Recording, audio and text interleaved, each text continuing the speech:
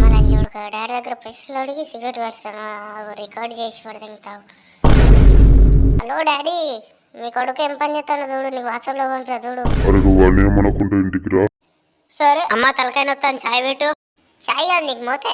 బేటా నీకు వాట్సాప్లో ఒకటి వీడియో పంపిరా చూడు. ఏం వీడియో డాడీ? మళ్ళీ ఏమైనా నీతి సూత్రాలు పంపిణీ? అది పెద్ద నీతి సూత్రం బేటా మన లైఫ్ కి.